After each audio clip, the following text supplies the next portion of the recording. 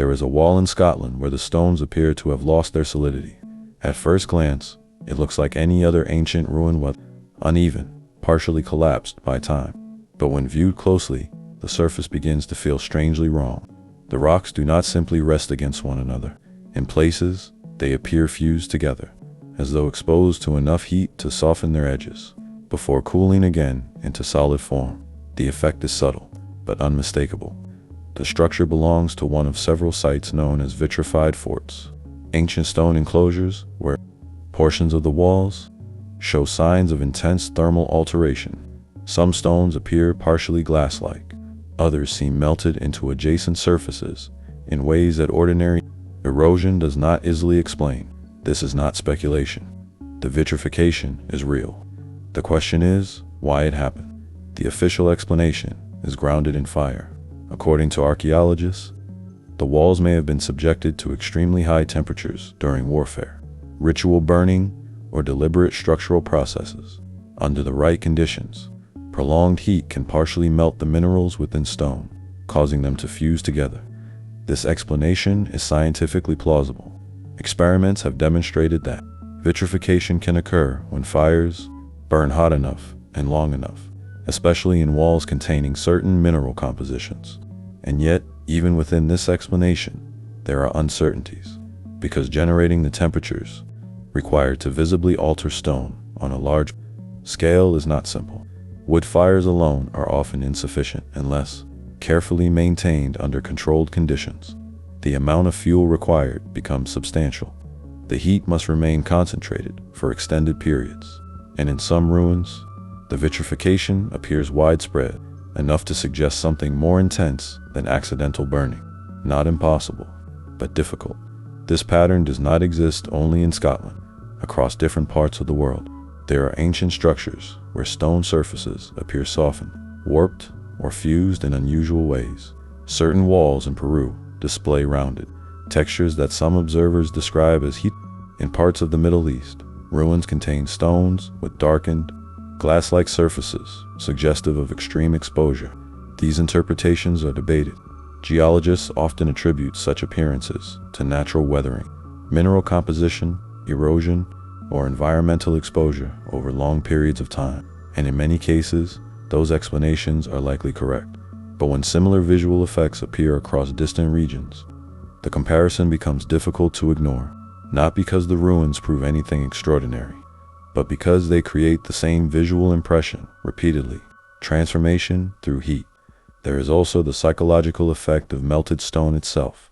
Stone is associated with permanence, stability, resistance to destruction.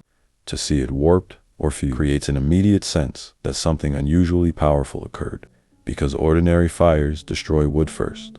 They blacken surfaces, they weaken structures, but stone remains, or at least we expect it to.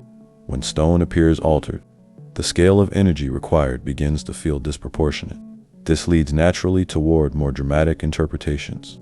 Some theories propose unknown technologies, catastrophic events, or lost forms of energy. These ideas often move far beyond available evidence, and there is little reason to assume such conclusions are necessary. Ancient societies were capable of generating intense heat through furnaces, kilns, metallurgy, and controlled combustion. Volcanic activity, lightning strikes, and geological processes can also alter rock dramatically under certain conditions. The official explanations exist for good reason, but even with those explanations, certain sites remain difficult to interpret completely, because the issue is not simply that the stones were heated. It is how consistently the alterations appear in some places. In vitrified forts, for example, the heat effects are sometimes concentrated within defensive walls themselves. This has led to different interpretations. Some researchers believe the walls were intentionally vitrified as a strengthening method, though whether the process actually improved structural durability remains debated. Others argue the vitrification resulted from destruction. Forts burned during conflict, their walls exposed to sustained heat as structures collapsed inward. Both explanations are possible, and yet neither fully resolves the practical question. Why invest enormous effort generating temperatures high enough to alter stone if the result weakens the structure rather than strengthens it? The answer may simply be that vitrification, was unintended a consequence, rather than a goal. But even accidental vitrification requires conditions severe enough to leave lasting physical change. There are also ancient ruins where the stone appears less melted and more softened, corners rounded in unusual ways, surfaces flowing subtly rather than cracking sharply. At times, these textures resemble heat damage more than ordinary erosion.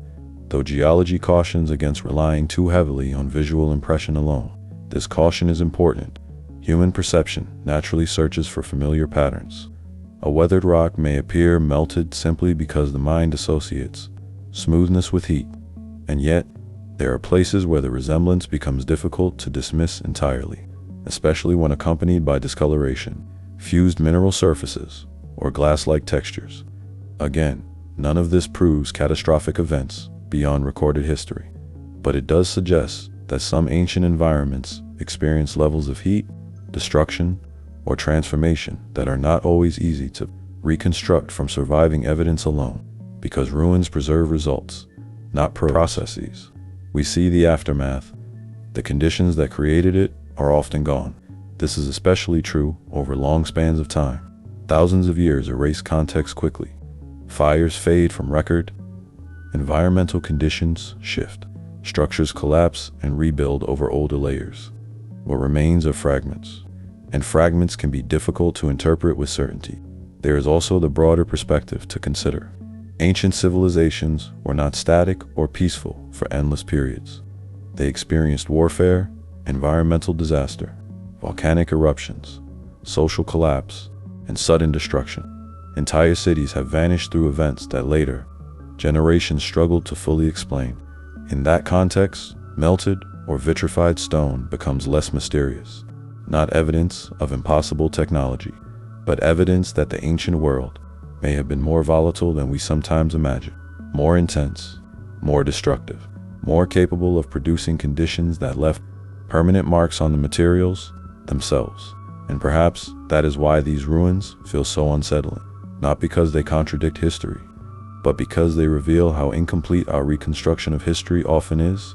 We inherit the remains without witnessing the event. A fused wall, a blackened stone, a structure altered by forces no longer present. And from those remains, we attempt to reconstruct a moment that no one living has seen, sometimes successfully, sometimes only partially. The ruins remain silent about what transformed them. They do not tell us whether the heat came from warfare, accident, geology, or something else entirely. They only preserve the result. Stone changed into something slightly unfamiliar, something caught between solid structure and softened surface. And perhaps that is the detail that lingers longest. Not that the ruins appeared destroyed, but that they appeared transformed, as though, at some point in the distant past, conditions became intense enough to alter even the materials people trusted most to endure.